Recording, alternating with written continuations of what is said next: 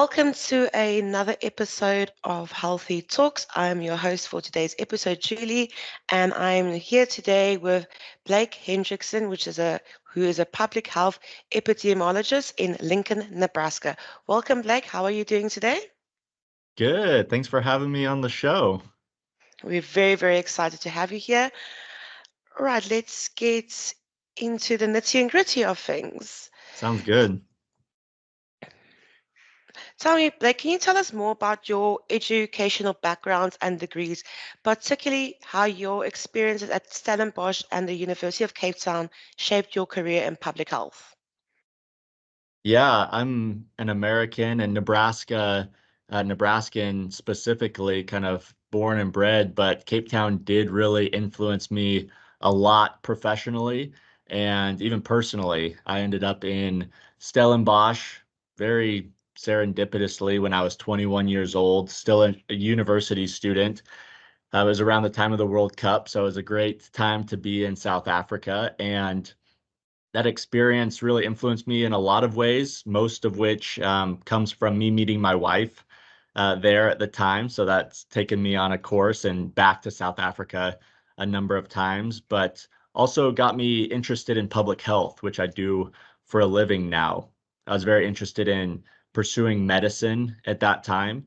And I think just kind of getting out into the international community, seeing health from a Mhm. very population and large, kind of broader standpoint was really appealing to me and something new that I hadn't really thought about. And then just seeing the different public health issues that are prevalent in South Africa opened my eyes to a lot of new opportunities. And I ended up switching again from medicine into epidemiology is what Mm. I do now. So the study of epidemics and a lot of that's infectious disease based, but also chronic diseases and health disparities and a lot of different health conditions that affect large groups of people rather than just one by one like healthcare professionals see. Perfect. And what motivated the shift in focus to a career in public health rather than any other healthcare related fields? Yeah, the school that I went to in Nebraska, it's very good at producing health professionals. In the United States, we have to get a bachelor's degree oftentimes before we go to become a healthcare professional or go to school for that. So before you even study medicine, you study biology in undergrad or chemistry or something related. So we have some time to explore a variety of topics, but a lot of people do become dentists or physician's Mhm. assistants or physicians from my undergrad school, but I wasn't really exposed to public health until I was in South Africa. And just learning about, especially the HIV epidemic and, how that influences society. That was kind of the first course that really got me thinking on a broader perspective. But, a lot of health professionals want to help people. And I just saw public health as an opportunity to really expand my influence or what I was able to do professionally. And I was just had a natural curiosity for, how we learn to really improve a lot of people's health at once rather than just individuals. Now that's perfectly how it goes. And with this experience, what is from being in South Africa and being here at the University of Cape Town, how your understanding of public health challenge on a global scale? Did that shape any insight for you? Yeah, so I mentioned I was at Stellenbosch and then, I worked for a few years and I was in academia and then I moved to Cape Town and got my master's degree at UCT at the health campus there by Skier. And so that was really where I was trained as an epidemiologist. And, you know, South Africa is an amazing place to study epidemiology because there's a lot of public health resources that have come into the country to deal with different issues. And it does have a very broad, social service kind of emphasis in the country. And South Africa is at a unique kind of juncture where it's very Western in a lot of regards. So unfortunately, it gets, not just the benefits of some of Mm. that, but also some of the challenges of chronic diseases, starting to experience higher rates of obesity and heart disease, for instance. But then it still has a lot of kind of older issues. Tuberculosis and HIV obviously is really problematic. There's really high rates of injuries, for instance. I know a lot of doctors who come to South Africa because you end up seeing a lot of, you know, things that you don't see in kind of places that don't have some of the I don't know, there's higher motor vehicle accidents, for instance, or assaults or things. So the hospitals, it's kind of cliche, but fill up at certain times of the month. So Mm, South Africa is at a juncture where it's an amazing place, but it has unique issues from a lot of different areas. So from a public health standpoint, that's really interesting and a great place to train and a great place to learn of what works and maybe what can be implemented in other places as well. so in other words, every doctor should just come to South Africa and learn everything. South Africa, it's a long ways away from where I'm at. So a lot of people in Nebraska don't know a lot about South Africa, but I've ended up bringing people with me, whether it's for our wedding or just for holiday, or even I've facilitated doctors go and do some training at HealthETalks, and everyone's just amazed by, Cape Town especially is jaw-dropping in a lot of ways. So it's kind of a hidden gem from this part of the Mm, world, but obviously there's plenty of people that know about going to Cape Town on holiday, but yeah, amazing place. Wish I could be there more often.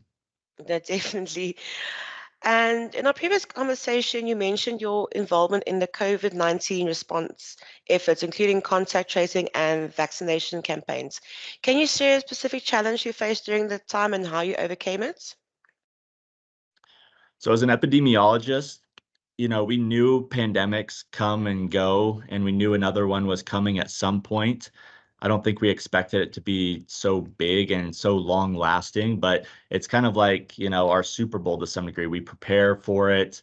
Um, we try to do our best to stop it or prevent it. And the most difficult part about COVID-19 was, there was a lot of unknowns around it, but then it kind of got into a monotony, but we didn't know when it was going to end.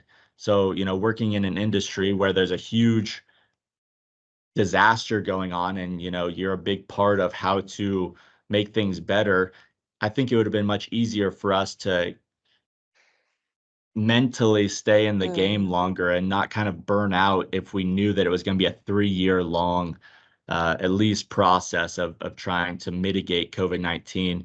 That first 6 months to a year, a lot of people in a lot of different industries, but especially the healthcare field and especially in public health, we were going at a frantic pace, 70 hours a week, trying our best to whether it was vaccinations or mm, contact tracing or whatever the case may be. And a lot of people got really burnt out from it. And the mental health became a real challenge. And mental health was a huge thing for a lot of people. People lost businesses and family members, et cetera. So it would have been really nice to know the scale of the issue. But just mm. like everyone else, we were learning about it and seeing it grow and seeing it kind of come and go in waves. And mentally and professionally, that was a huge challenge. No, I can imagine. It was a tough time for everyone in the health field, because, but especially if you were on the front line of it and knowing that it was going to come and then actually seeing it and how big it got on a global scale. You've also published several research papers related to public health issues. Could you discuss one of them and the impact that it had on public health practice or the policies?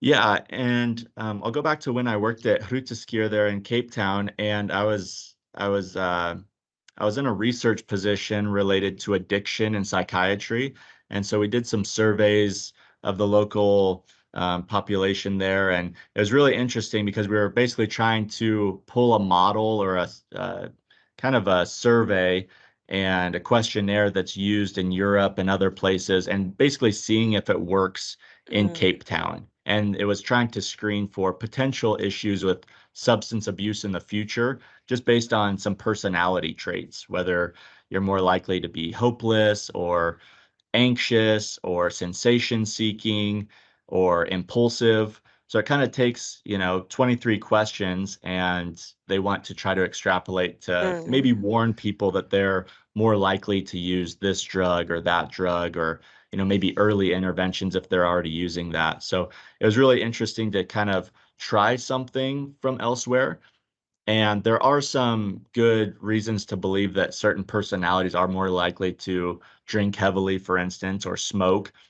But the thing that we learned there is that, you can't just take questionnaires or culture specific things from somewhere else and implement it into a completely different group of people because we're all social and culture, driven beings. So when you ask questions like the big one was, are you interested in skydiving? Mm. And, maybe in a Western or American setting, that's a very good indicator of sensation seeking. I've been skydiving in Cape Town, ironically, but it's not culturally appropriate in like a diverse setting like Cape Town is. You have these different racial groups and maybe even someone who is a sensation seeker in somewhere else think skydiving is the dumbest idea in the world, so it doesn't accurately reflect Yes. personalities of different people. So to me, that really opened my eyes that, there's not one size fits all Mm. ways of, screening or measuring or even interventions on people's health because diversity is really important and accommodating people's differences to help them is critical. No, definitely. If I look at, I know a few people who've gone through that and been skydiving. I've skydived and bungee jumped myself, but that's the only type of sensation I would ever seek. But I do have seen people in the past who have addictive personality disorders, and the one brother will be just like the father, drinking and smoking, but the younger brother is academia. So, like you Mm. said, it's the diversity of it all. And what do you consider to be some of the key issues in public health today, particularly concerning health disparities? How can healthcare professionals work towards addressing these issues effectively? Yeah, we're always going to have infectious diseases and we're always going to have the next pandemic, unfortunately. I hope it's not for a while, but that's just the reality of the world we live in. But the thing that I'm most concerned about really is more about chronic diseases. There's a strong indication that by 2030, at least here in the United States, over half of our adult population is going to be obese. And that's just a direct side effect of how we live today. We have a lot of luxuries, we have a lot of things that benefit us, but it's almost like we still need to learn and educate to be healthy for ourselves. So I think one of the most important things is that we have a wider education of how to own your own health and not just rely on doctors or, Mm, nurses or pharmacists or healthcare professionals to kind of outsource our health, but our health happens on a daily basis. And what we decide to eat every morning for breakfast, our habits, whether we're active or we just like sit in a chair all day and then sit in our car and then sit at our house. Some say sitting mm, is the new smoking yes. because we sit a lot. It's just a really unique time to be a human. And again, there's a lot of luxuries and value in that, but I don't think we've made a transition to learn how to be healthy in this Mm, new normal. And so when it comes to disparities, we're going to have to make sure people have information to own their health because they're competing against a lot of marketing and advertising that, is way more powerful than the public health messaging is right now. As far as McDonald's stop and get, a yeah. 99-cent ice cream cone, for instance. How do we make appealing messages, not to e- the whole population, but to the different groups and how it appeals to people to be healthy so that, in the future we can hopefully reduce the risk of, not just obesity, but heart disease and stroke and diabetes and all the things that come with being chronically unhealthy. So I see that as like a slow burning issue because it's already prevalent, but it's only going to get worse from Mm, from how things look right now. no, definitely. I mean, as we sit 8 hours, 8 to 9 hours a day at our desks and barely get up, so we have to take our own health in control to, we can't just always depend on nurses and doctors because they can tell us what to do and give us the medicine, but at the end of the day, we have to help ourselves. Yeah, and this is a complicated issue. It's kind of like our built environment. I drive everywhere here in Nebraska. There's not a lot of good public transportation, but for instance, when I was in Cape Town, I would take public transportation more often, or the places where I needed to be to get food was walkable. So I know a lot of people in my in-laws and friends and family who just are able to walk. And I Mm, think that, for thousands of years, if not longer, humans were built to walk to where we go. And that was our natural exercise. People didn't go to the gym, 500 years ago to stay slim. It was just a matter of being active in their normal. So how do we do that in a world where it's kind of built around luxury and convenience? I think we got to problem solve that one a little bit more. no, definitely, definitely. It's also like being in South Africa, is it safe to go even walk where we want to walk? But there are ways around it, and we do have to. I think that's a challenge that we have to face very soon. Otherwise, the obesity and chronic diseases are just going to get worse. Definitely. Also in our previous discussion, you mentioned biases in the healthcare access and treatment. Mhm. Can you elaborate on how this manifested and what strategies you've employed to mitigate them in your work? I have a lot of respect for healthcare professionals, nurses, doctors, PTs, everyone, but they're humans just like everyone else. And we Mm-hmm. all have, our own implicit biases, whether we admit it or not. And there are, for instance, here in Nebraska, our second largest group of people behind white people are Hispanic and Latino people, have come from Mexico, Central America, and South America. And we don't have a large bilingual population here in the US like there is in South Africa. English is very dominant. So I see a lot of biases around language access and people not being bilingual, or we're supposed to accommodate people who don't speak English, but it takes effort. And so when I've been out in my community and we've had focus groups and we've talked to um, a variety of different groups, just having accommodations for language and culture is always really important when we have such a large majority group here.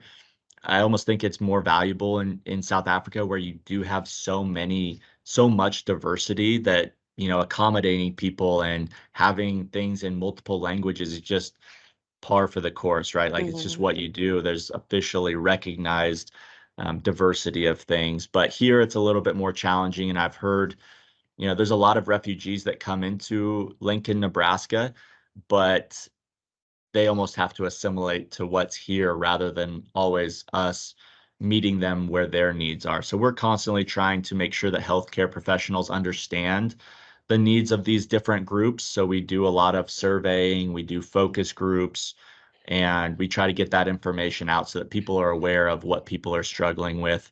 We've had a lot of Afghan and Ukrainian people come into our community, and every group is different, right? And every group Mm, has different needs, whether it's transportation or whether it's different types of housing, larger families, smaller families. So just trying to be accommodating to the diversity that the world has, and making sure healthcare professionals know that, they can't treat every patient the same. And a lot of people are very well-meaning and very intelligent, but again, they bring their own biases to work with them. And just kind of keeping that prioritization on the radar is something we do from a mm. governmental public health perspective.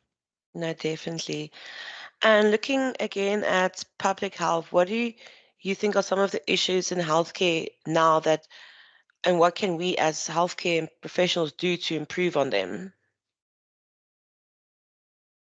Another major issue that is kind of coming to the forefront in public health that hasn't been within the public health scope in the past is mental health. And again, I think part of this was just COVID-19. We already had, mental health issues rising. I'll speak specifically in the US. We saw depression and anxiety and social isolation, suicide, all these things going up even before the pandemic. And then it was just the perfect storm for it to get exacerbated and worsen. So I think that, kind of a new prioritization and continue not just having it be a vogue subject right now. Mental health is on people's radar, but how do we get that word out and actually useful information to people who need that? I don't think this is an issue where that we can just solve by pumping out more mental health professionals, although that would be very helpful Mm, for access to care or whatnot. But it gets back to that education about how people can really self-regulate and care for themselves on a daily basis. There's a lot of things that lead to mental health crises that can be addressed well before it's a crisis. I mm, talk to health professionals a lot about how, for instance, adolescents and teenagers oftentimes presenting with dysthymia or depressive related symptoms on a regular basis, but are they clinically depressed or are they, chronically fatigued and tired because their lack of sleep? They go to bed late and they wake up early. So a lot of these things, can be addressed first with some just common sense, is your nutrition good? Are you sleeping? Do you have strong relationships with some people around you? That connectedness. Are you pursuing things that interest you, whether it's hobbies or mastering things or school or sports or whatever the case may mm. be? And then, just having time for being quiet. Um, we have a campaign right now that we're really trying to address youth mental health. And in the public health space, we can't be those mental health practitioners and psychologists and psychiatrists. That's not our role there. That is a very important part of this, but there's also a role on prevention and self managing yourself, again, kind of going upstream before the problems happen. So I think that's been a little bit neglected in the past or not recognized widely, at Mm, least. So public health is finding itself seeing that mental health is on people's minds and concern, filling that more preventative role. And hopefully we'll have more, professionals in the future, but that's not going to come in the near term. So how do we help people or make it so that they realize that there's things that they can do for themselves as well? yes. I actually read today that only 44% of people who have been diagnosed with mental health actually take their medication and seek help. And that's shocking because, like you say, like things it could be prevented before it becomes at a point where you need to be medicated or go into a facility for your mental health. So it's crazy, but I also think it's a stigma that's attached to it, and that's why a lot of people don't want to. Yeah, the stigma, I was also thinking that about, if you think about today versus even like say 50 years ago, like you wouldn't dare talk about having mental health issues Mm, in the distant past. I think we've come a long way in at least recognizing that mental health is a real thing and not a character flaw.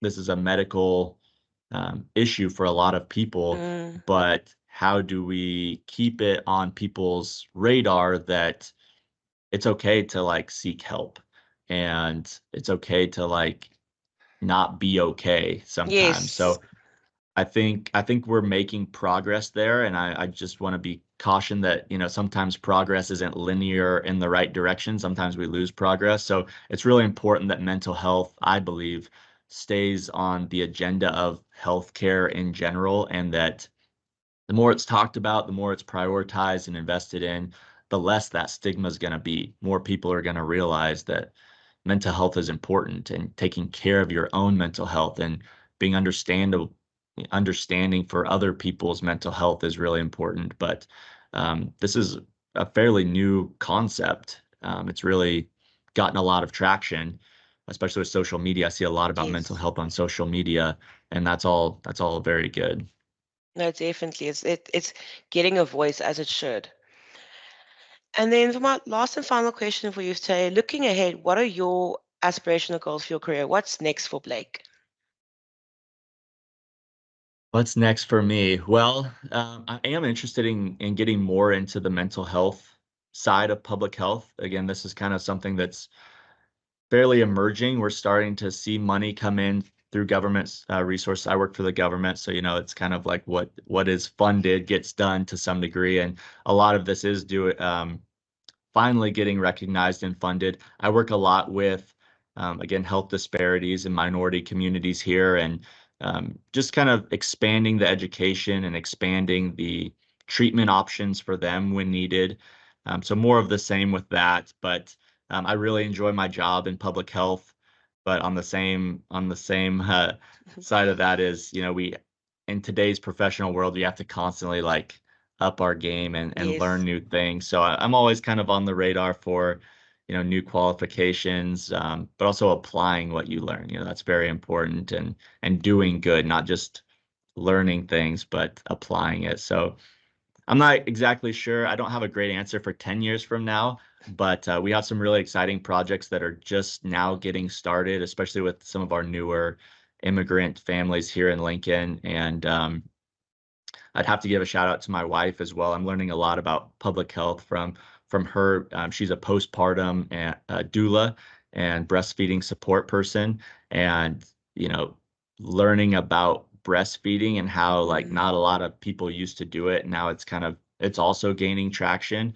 That's getting me excited about how can I support that yes, here and more broadly, and maybe in Cape Town, because there's a lot more resources for that here in Lincoln than there is in Cape Town. So she's always getting calls from back in South Africa to like troubleshoot issues, and it's not quite there yet. So I see some possibilities with that. That's exciting, and she does a lot of great work. And while I'm creating reports, sometimes she's out, actually doing the mm, thing. So that really inspires me. that's great. Well, Blake, our time is short for today. I just want to thank you so much for coming on to Healthy Talks.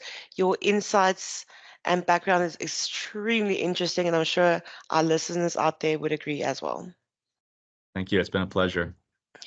And to all our listeners out there, we will catch you on the next episode of Healthy Talks.